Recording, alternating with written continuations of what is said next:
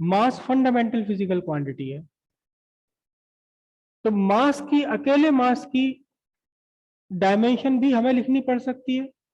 और अगर किसी ड्राइव्ड फिजिकल क्वांटिटी में मास आ रहा है तो वहां भी हमें लिखना पड़ सकता है, उसका डायमेंशन लिखना पड़ सकता है। तो dimensions are the power raise to the fundamental physical quantity to represent a given physical quantity whether it is a fundamental or a drive। ठीक है, तो मास के लिए डायमेंशन कितना होगा, कैपिटल एम, है ना। लेकिन यहां एक छोटी सी बात है, dimension of mass, dimension of mass, actually हम वर्ड यूज करते हैं डायमेंशंस, अकेला डायमेंशन यूज नहीं होता, डायमेंशंस ऑफ मास कितना है, एम।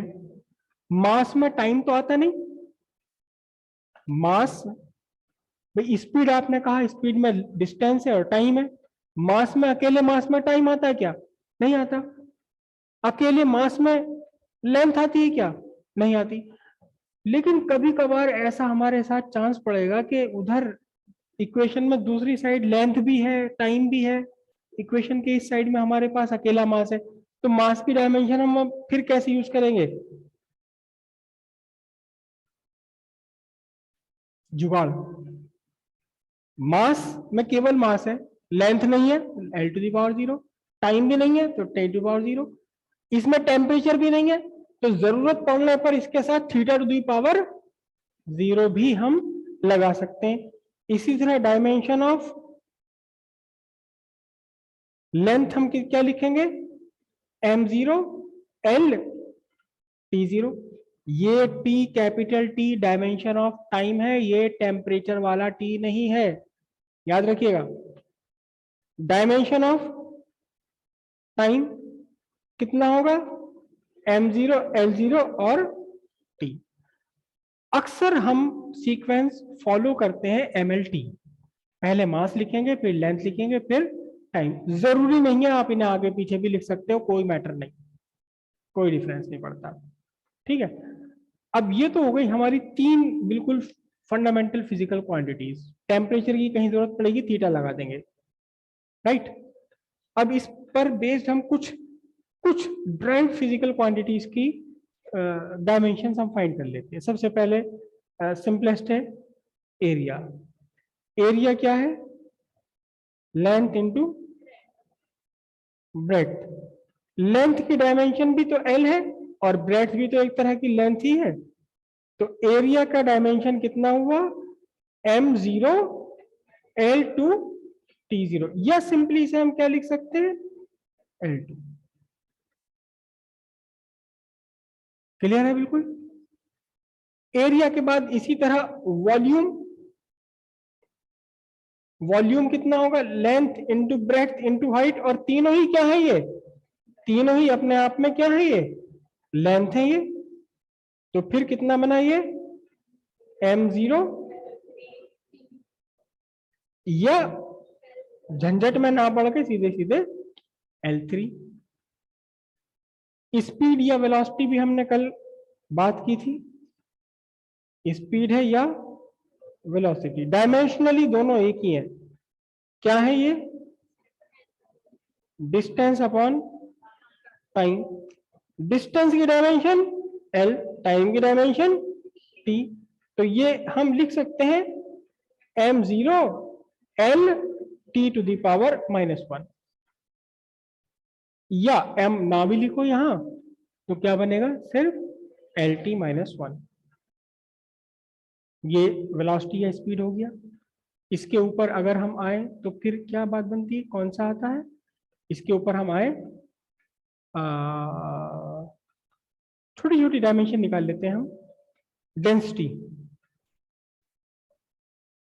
डेंसिटी क्या है बोलिए, मास अपॉन वॉल्यूम।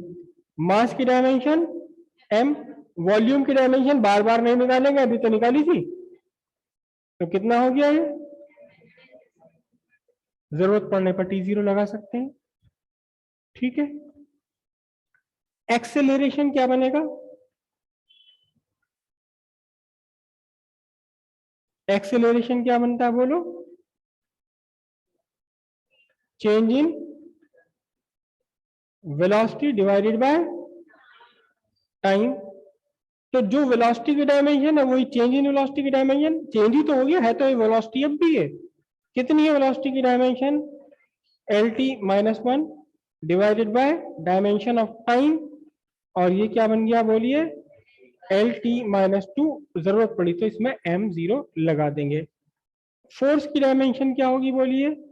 फोर्स है आपका मास इंटू एक्सेलरेशन। तो डायमेंशन ऑफ मास क्या है? डायमेंशन ऑफ मास है आपका कैपिटल एम। एक्सेलरेशन अभी फाइंड किया, एल टी माइनस टू, दोनों मिलकर के कितने हो गए? M L T minus two. ये फोर्स है। डायमेंशन अगर आप फाइंड करें वर्क की, तो वर्क की डायमेंशन क्या होता है? वर्क होता है कितना बोलिए? वर्क है आपका फोर्स इंटू डिस्टेंस, है ना?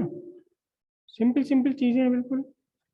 तो वर्क की डायमेंशन, फोर्स की डायमेंशन तो अभी हमने फाइंड कर लिया, M L T minus two. और डिस्टेंस की डायमेंशन कितना है? एल। तो कितना हो गया बोलिए? M L two T minus two. इसी तरह पावर आप फाइंड कर सकते हैं। पावर क्या है? Power is the rate of doing work, work by time. तो वर्क की dimension M L two T minus two divided by dimension of time, और ये बन जाता है क्या? M L two T to the power minus three. तो ये कुछ मेजर डायमेंशंस हैं। बेसिकली आपको जिस फिजिकल क्वांटिटी की डायमेंशन फाइंड करना है, उस फिजिकल क्वांटिटी की डिपेंडेंस आपको पता होनी चाहिए कि वो किन अदर फिजिकल क्वांटिटीज पर डिपेंड है और किस प्रोपोर्शन में डिपेंडेंट है। फॉर्मूला पता होना चाहिए, सिंपल सी बात है आपकी। ठीक है। मोमेंटम किसी को याद है? मोमेंटम, मोमेंटम क्या होता है? कुछ वर्ड याद सुना सा है किसी को? हाँ। तो मोमेंटम की डायमेंशन कैसे निकालेंगे? Dimension of mass into dimension of velocity, M L T minus one. Kinetic energy सबने सुना होगा। तो फॉर्मूला क्या है? अब यहां ये बात याद रखनी है, हाफ एम वी स्क्वायर में जो हाफ है, it is a pure ratio, इसका कोई डायमेंशन नहीं है। Pi, pi is a pure ratio, it has no dimension. कहीं अगर आपने लिखा हुआ किसी फॉर्मूले में 2 लिखा हुआ है, 5 आ रहा है, 3/2 आ रहा है, इनकी कोई डायमेंशन नहीं है। तो काइनेटिक एनर्जी के फॉर्मूले में हाफ एम वी स्क्वायर में डायमेंशन किसकी ली जाएगी? मास की डायमेंशन और वेलोसिटी। मास हो गया M, velocity L T minus one, square कर दोगे तो L to the power two T to the power minus 4 2। तो कुल मिलाकर क्या बना? M L T square M L two T minus two. ये को किसकी डायमेंशन होगी? Kinetic energy. पोटेंशियल एनर्जी की डायमेंशन आपको चाहिए, gravitation potential energy M G H. M लगा दो, जी, जी क्या है? एक्सेलरेशन, ऐसे लगा दो। कर सकते हैं, कोई दिक्कत तो नहीं। कौन कौन कर पाएगा? Raise your hand. Okay okay, most of कर पाएंगे। ठीक है, तो छोटी छोटी सी इन बातों को आप नोट कर लीजिए। यहां एक बात और याद रखिएगा कि आपका यूनिट किसी भी सिस्टम में हो, डायमेंशन सेम रहती है। स्पीड अगर आप रिप्रेजेंट कर रहे हैं किलोमीटर पर आवर में, तो भी डायमेंशन क्या है? L T minus one. Speed आप रिप्रेजेंट कर रहे हैं मीटर पर सेकंड में, तब भी dimension L T minus one. Dimensions आपके डिपेंड नहीं करते किस पर? यूनिट आप किस सिस्टम में लेते हैं। दो सिस्टम है यूनिट्स लेने के लिए, मेजरली दो हैं। एक जिसे हम कहते हैं एस आई सिस्टम,